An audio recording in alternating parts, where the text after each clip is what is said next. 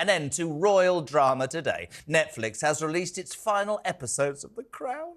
The second part of season 6, features Prince Harry's controversial costume choices, the blossoming romance between William and Kate, and the Golden Jubilee celebrations. Now is the time. This is what we expect to be the longest-serving monarch in history. People will want to celebrate your reign and mark the end of an era. But what about the life I put aside? The woman I put aside when I became queen? Ooh.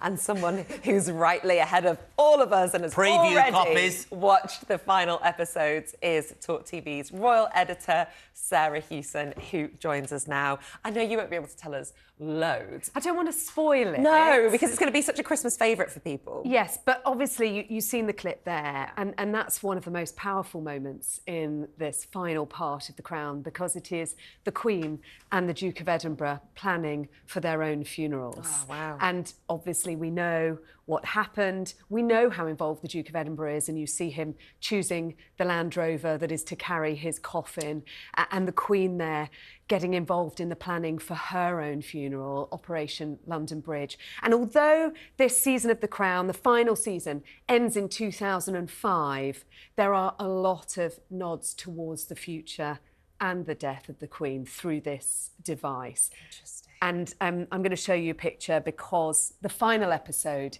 is incredible. Is it? It's so poignant, and it leaves you at the end, the final moments of it. I'm not going to say too much, but it is spine-tingling. And I'm not going to spoil anything for you because it is in all the papers, and Netflix have released this image. Hold on if I get it there. And you can see the 3 queens of the Crown, Imelda Staunton, Claire Foy, and Olivia Colman. The 2 previous queens make a reappearance for the final episode. Amazing. It's like Dallas when Bobby came out of the shower. I said it earlier, I'd love your view.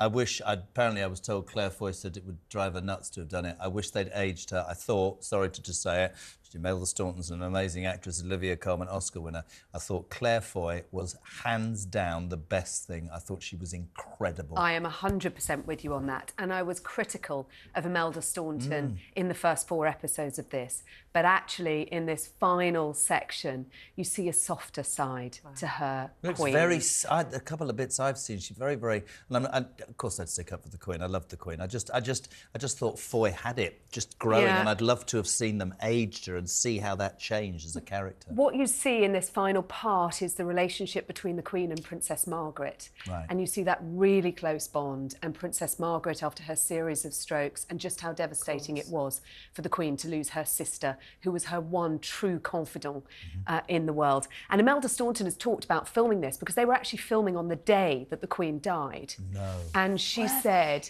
that it was incredibly difficult and that she was inconsolable with the news, and that for others on set, watching her embodying that role with that news coming through that the Queen was very seriously ill and then later died was incredibly moving. Wow. And is it Dominic West who's still playing Dominic Prince West still Charles? plays Prince Charles, now the King. Leslie Manville as Princess Margaret, she is absolutely superb.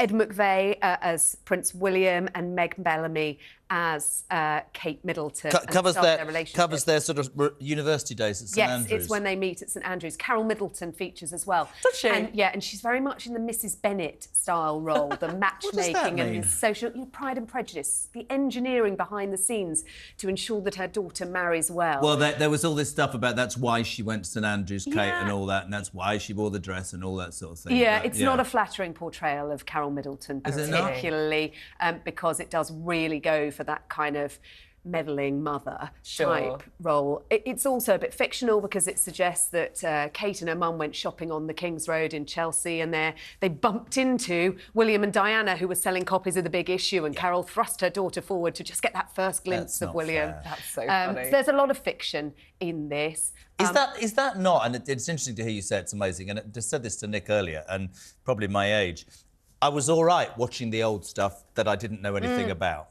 I watched it with the old man before he died, and it was fascinating. The minute I watched stuff that I'd known, watched on television, seen in the newspapers and was alive for, it didn't have the same the show didn't mean the same to me. And there's that difference between documentary and fiction. So before, because I hadn't experienced it, I thought that's absolutely what happened. And then when you know that you've seen this and you know a bit more, you go, that's not right, that doesn't look right. That was my problem with it. Yeah, and there's one particular part in the final episode which you know is complete invention and fiction. Which is? It is the Queen contemplating her own abdication and to do so at Charles's wedding. But if you remove yourself from that and you treat this as a piece of entertainment... But difficult mixed in with what's real. It is. And maybe it was because I was watching this while doing my Christmas wrapping. Maybe I was feeling nostalgic knowing it's the end. But I actually enjoyed this more than I did the first 4 parts. Now, they cover a very difficult time and the sense of foreboding leading up to the death of Diana. And, you know, this, because it goes back to the Queen and her sister and that relationship between William and Kate. And it does move around in time a bit, but it does feel more of a piece of entertainment. And I think we are now very, very clear that this is... there's a lot of fiction. And it's not a documentary. And it's not a documentary. Any controversial moments?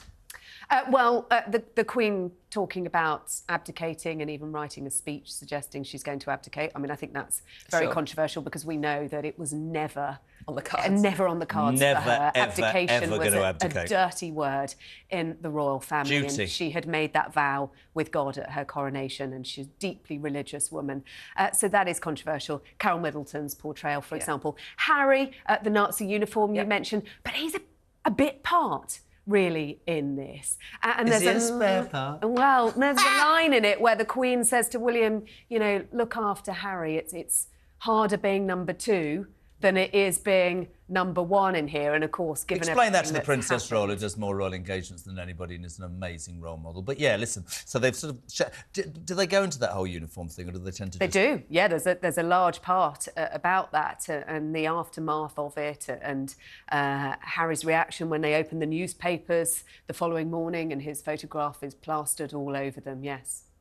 Do you think this really is the end for the Crown? It's certainly the end for now. Question. It Great really does question. feel like it. Does it? The way that this season ends, very much But think feels of the fine. drama now. Nick could be right. Somebody's going to go, come on, that was so successful. Well, Peter Maybe in Morgan 10 has been years. adamant that this is the moment to bow out and say goodbye to the Crown.